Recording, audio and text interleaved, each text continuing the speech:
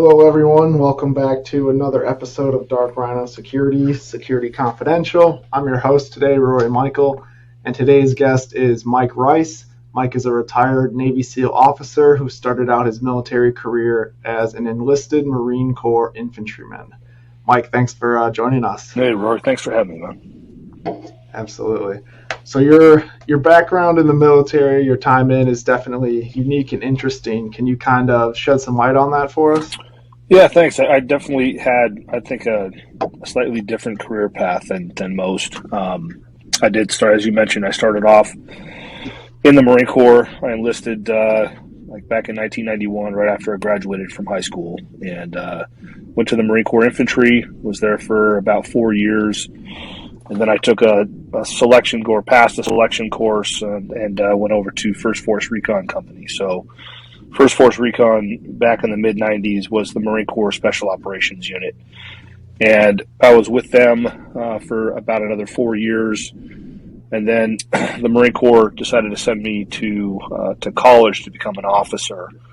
And I went to college, was in Washington, D.C. on 9/11, and was there. I went to George Washington University in D.C. So again, I was in D.C. on 9/11, and for a variety of reasons, I applied for and was accepted into the SEAL program as a commissioned officer. So I went from being a staff sergeant in the Marine Corps to an ensign in the Navy.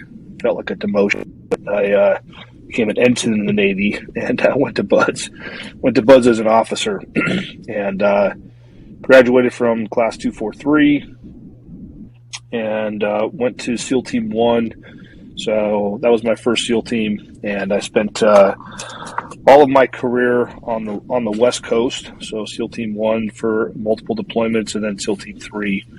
And then my last duty station, I got shifted out to Bahrain, and I was working at 5th Fleet as an advisor to the command there, the 5th Fleet Command in Bahrain.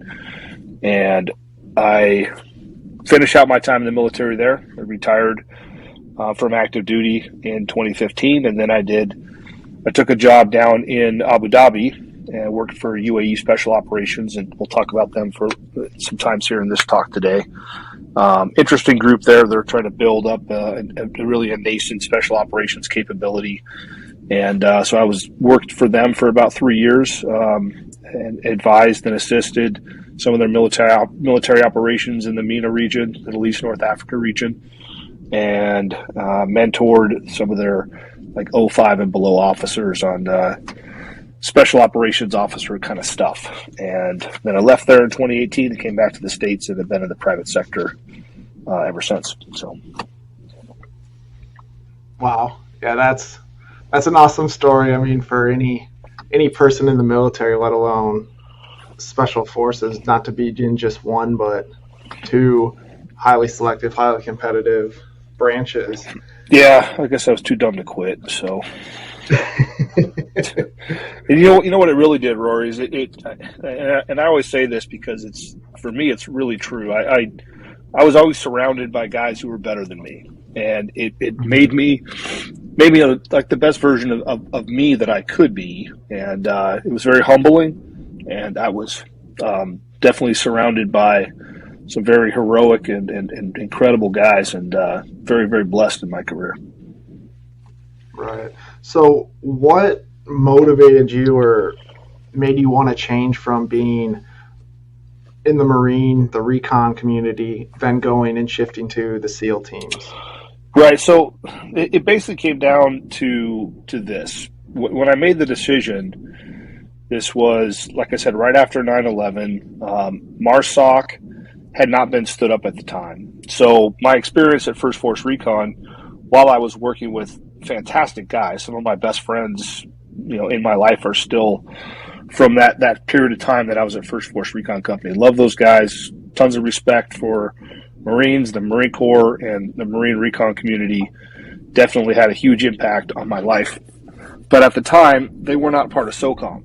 And so I looked at my career path as having to go through the Marine Corps officer commissioning process. And I went through Marine Corps OCS, Officer Candidate School. And then I came back and I realized the rest of it, like going to the Marine Corps officer, they call it the basic school, and it's like the initial pipeline for all officers. And you go through this process where it's not certain what your MOS will be outside of a couple of unique differences like pilots and lawyers and things like that, JAGs. But everybody else goes in this kind of general pool, and you kind of fight your way to get the MOS you wanted. Now, I probably had a pretty good chance of getting and becoming a Marine infantry officer, which is the only thing I wanted to be. But there was a bit of a crapshoot, and if I had a couple of bad events or I made a mistake or something like that, then I could have dropped down and not gotten what I wanted, and then I ended up being something in the Marine Corps that I really just didn't personally want to do. And there's great people that do all kinds of different jobs in the Marine Corps, but I had a very specific want ask that I wanted, and so I looked at that versus if I went to BUD/S, it was all on me and whether or not I could pass that. And I was confident that I could pass. So that between the two of those, I felt like I had more control. Plus, I was going to go into a unit that was a part of, again, SOCOM, so they're a little bit higher up on the food chain when it came to things that mattered to me. So that's really why. Again, no disrespect to the Marine Corps at all. It was a very selfish decision. It's what I wanted for me and my career. I gotcha. That makes sense. So with switching and going the SEAL team route, you were as guaranteed as your will was strong to be in the special forces, be in that arena. Yeah. So it was up to me and whether or not I could make it through. And again, I felt confident. I knew it was going to be a challenge, and it absolutely was. It met all of those expectations. It was a very, very long, 9-month long, roughly process. But it was something that I had more control over, I felt. And so I went to BUD/S and I was respectful. I played the game, so to speak. And it was interesting because when I went to BUD/S, every phase of BUD/S had a SEAL that I'd worked with before when I was in Force Recon. But even that, I never tried to use that to my advantage. I never took it. I definitely I was as good a BUD/S student as I could be. And, I didn't set any land speed records or O-course records or anything, but I was definitely, putting out, and I've tried to do my best throughout the whole process and respected the process. And I think the instructors that I worked with, I think they respected that. So I think that's important. If you're going to go into something like that, you can't go in there thinking you're going to game it because you know somebody or, because you've been around for a little bit. I've been in the military for 12 years when I went to BUD/S, which is a little bit unusual. Right. So, yeah. No, that makes total sense. What was the atmosphere kind of like in BUD/S? Because I'm imagining that was right after 9/11, like you said. Mm-hmm. So I'd be curious to know kind of the mindset and the attitude of the instructors who were there. Yeah, so I would say in general, even when I was in school and I was talking to my buddies that were at First Force Recon and then going to BUD/S, like everyone's attitude changed and all the BS kind of dropped away. There was less emphasis on things that didn't matter, and it was really front side focus on what do we need to do to get ready to go to war.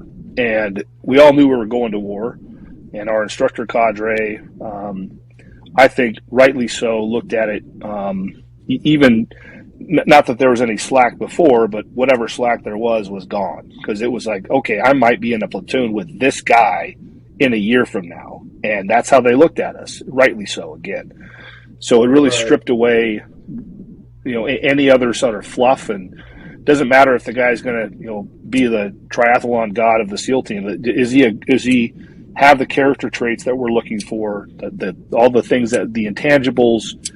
Is he strong? Does he have integrity?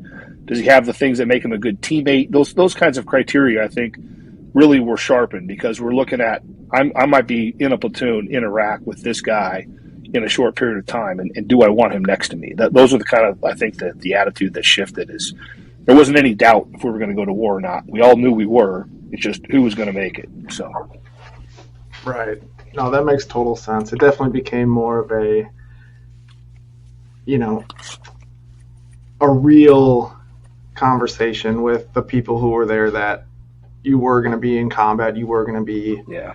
doing all the things that, some of the guys probably signed up to do, but at that time wasn't really going on, and now you were facing that reality head on. Yeah, so I mean, the 90s when I was in the Marine Corps, look, we just beat the crap out of each other in training. I mean, we trained really, really, really hard. But there was also a lot of stuff that just kind of just didn't seem that important to me. But when you're not at war, there's a garrison kind of attitude that kind of creeps in, and haircuts and uniforms and some of the kind of the parts of the Marine Corps that used to kind of chafe me a little bit were a big part of life in the 90s. Again, we trained very, very hard, but I know that stuff kind of dropped off after 9/11. So it was definitely an attitude that sharpened. Everyone's attitude got a little sharper. So yeah, certain things started to become more important than others. Correct. Mm-hmm. No, that makes total sense. After 9/11, when Afghanistan first kicked off, where was kind of the technology as far as Special Forces and the SEAL team was concerned? Where was your level of technology at? Right. So I would say it was pretty rudimentary overall. Like there were operations centers, UAVs were starting to be integrated. There were satellite communications, but like night vision was still being worked on. It was okay, but it wasn't like when I was at Force Recon. I don't think we didn't wear night vision very much. This was back in the mid 90s, and because it just wasn't that good. And you actually had better situational awareness if you just let your eyes adjust. And it was definitely another one of those things that sharpened everyone's attitudes, and technology was looked at as a way we could leverage an advantage over the enemy because they were not very technologically sophisticated. So those things very, very quickly, I think, took off. And like the 7 Bravo night vision, when they came out, they were a big increase in the capability versus the previous iterations. That I remember I used to see even back in the early 90s, and they were pretty much garbage back then. NVGs were the night vision goggles. So, and then communications, SATCOM communication, it got a little bit better, I would say, but there wasn't a whole, like, I would say compared to what I saw towards the end of the war, it was a really pretty dramatic improvement in our ability to incorporate effective technology that enhanced our warfighting capability. So I think that was one thing that got much better over the 20 odd years of the wars over there. So yeah, that makes sense. Do you feel like when we first got involved, you guys were kind of on par with the enemy or maybe slightly above, and then towards the end you had a dramatic increase over the enemy's capability from a technology standpoint versus your own? Yeah, I think that's probably fair to say. I would say our ability to leverage technology in surveillance, in targeting, it got much more sophisticated over time, and it became really a dramatic increase in our capability, and it also allowed us to lower risk profiles as well. So we also adjusted tactics. So over the beginning of the first few years of the war, we were taking more casualties for sure than we did at the end, for sure. And some of that was directly related to our ability to leverage effective battlefield technology. And I'll give you I'll talk about something here. This is regarding my UAE SOC buddies. So UAE Special Operations Command guys, they're trying to build up their technological capability, and they're working on their targeting, trying to basically mirror our F3 EA cycle, our find, fix, finish, exploit, and analyze. So the F3 EA cycle was how we ran our operations. That was kind of the construct that everything fell underneath. And I want to talk about something where the enemy was also able to leverage some of this capability against us.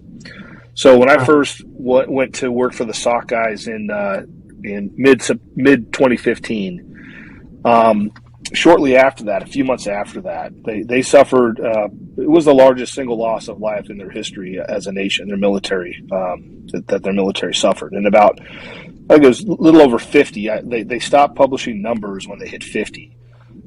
50 men were killed. This is September of 15.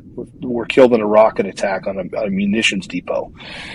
Now, the ammunition was in an air-conditioned bunker. There's some lax procedures. There's a big group of UAE, Bahraini, and Yemeni troops were inside this kind of air-conditioned bunker. Okay. And they were hit. The bunker was hit by some rockets. It detonated the munitions. It killed a lot of guys, injured dozens more.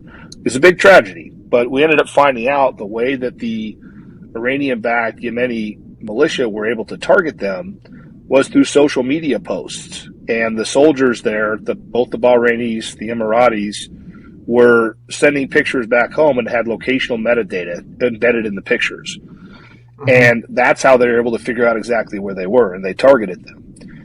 So the Emiratis got a lot more serious about device security after this happened. But you can imagine, or this is an example, I should say. It's an example of there are some players out there that got very sophisticated as well. And using locational data, they're also able to, during the wars in Iraq and Afghanistan, we were also able to figure out they were mapping some of our bases using fitness applications and wearable devices that some troops were using. They had locational data that they were broadcasting unwittingly. And there were some Iranian units that were able to track that and start to map out where our bases were. So the Strava app and Fitbit, those kind of wearable devices. And so that became illegal to use over there as a result of that. So it goes both ways. The enemy also has a vested interest in evolving themselves, and it's not just us that got better. They also got a little bit better as well.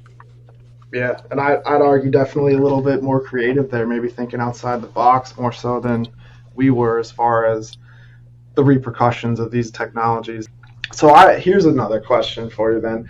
Where did you see technology affect the teams the most? Was it more so the information technology, what you guys were receiving on the screens, or was it more so like improvements to your weapons, to assets that you had at your disposal, may that be airstrikes or that sort of thing? Yeah, so I think our weapons, at least for the ground troops like myself, there wasn't any massive improvements there. They got a little bit better for sure, but not an exponential improvement. I would say the exponential improvements came in like command and control systems, our ability to communicate cross-functionally, ability to communicate between different branches of the service, because there were some siloed kind of communication avenues before where we broke a lot of those down.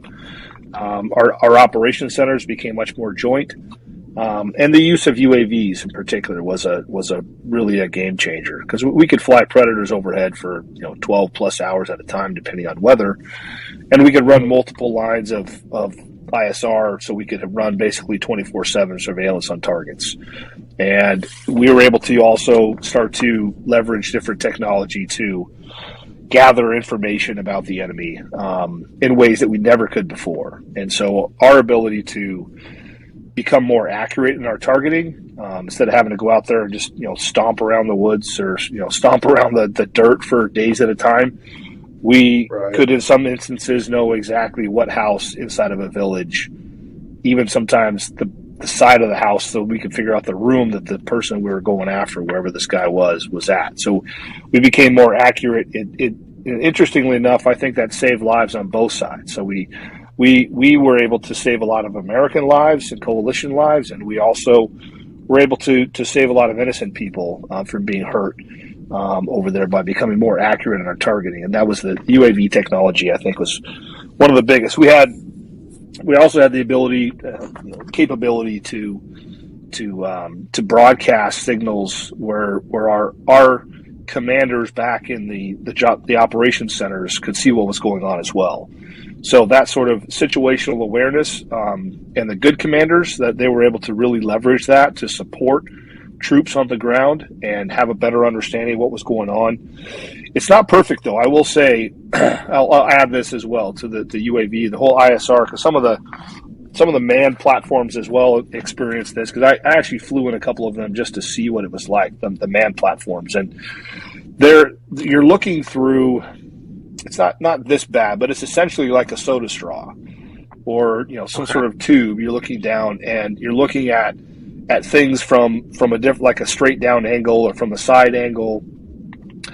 And so it's not perfect. And there's going to be much better technology in the future, coming up. I'm sure there's stuff even in the pipeline right now. I came off active duty in 2015. I left the Emirates in 2018. So even since I've left, there's been improvements in this technology when it comes to visualizing things on the battlefield. But so again, the manned platforms, you're up there, you got some weather, you're bouncing around, you're looking through a soda straw at one part of a target. It's sometimes, usually that's at night, most of the time, pretty much all the time, it's going to be in like that green, black kind of shading. So things were not super clear. And there was definitely some mistakes made. And I'll give you an example of one that I personally witnessed that almost was a catastrophe, because you can't always, despite our best efforts, you can't always tell exactly what's going on. So we were in an operations center in Afghanistan, and we were doing surveillance over a target area. And we started to notice a group of what appeared to be military-age males that were gathering in a location outside of the village, just outside. And we watched them for several hours, and they appeared to be digging some sort of a trench or something next to the road. And this is a road that coalition forces would go up and down sometimes. And so we were concerned, and so we started really focusing in on them. Again, we watched them for hours, and we thought for sure that this was probably a good strike. And so there were preparations made.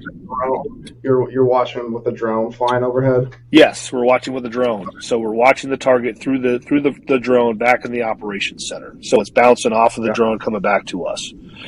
And we watched for a couple of hours, I think, total. And again, thought we had an idea of what was going on. So we started to spin up an airstrike.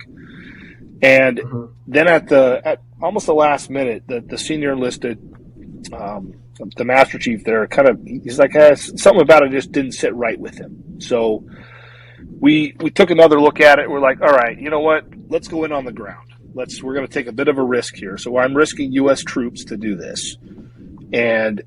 But we decided that was the right call, because it wasn't a slam dunk. There weren't a lot of indications of weapons, and so we went a little bit more cautious on this one. We mounted up, went out there, conducted a ground assault.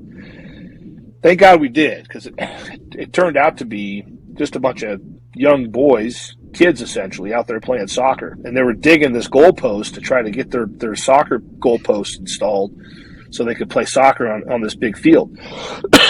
Again, that was not what we saw on the other end. And that's somewhat of an extreme example. You can usually have a pretty good idea of what's going on in the battlefield, what's going on the other end. But, there's been a lot of, if you look at the history of the last, 15, 20 years that we've been using this drone technology and remote strikes and these, this kind of targeting system, it's not perfect. So it's still got a long way to go, I think. And I know there are companies, and our defense industry is working very hard on this, because at the end of the day, it saves lives on our end, and it also saves innocent lives, which is, interestingly, despite all the criticism, we put a lot of effort into not hurting good people over there. And there's a lot of good folks over there that just, that's where they live, and we certainly didn't want to hurt them. We were trying to target the criminal groups, the terrorist organizations, the ones that were actually also hurting those good people as well. So it's a win-win for everybody when we become more accurate and more sophisticated in our targeting. All right. Well, on that note, I think we'll call it a session, call it a wrap.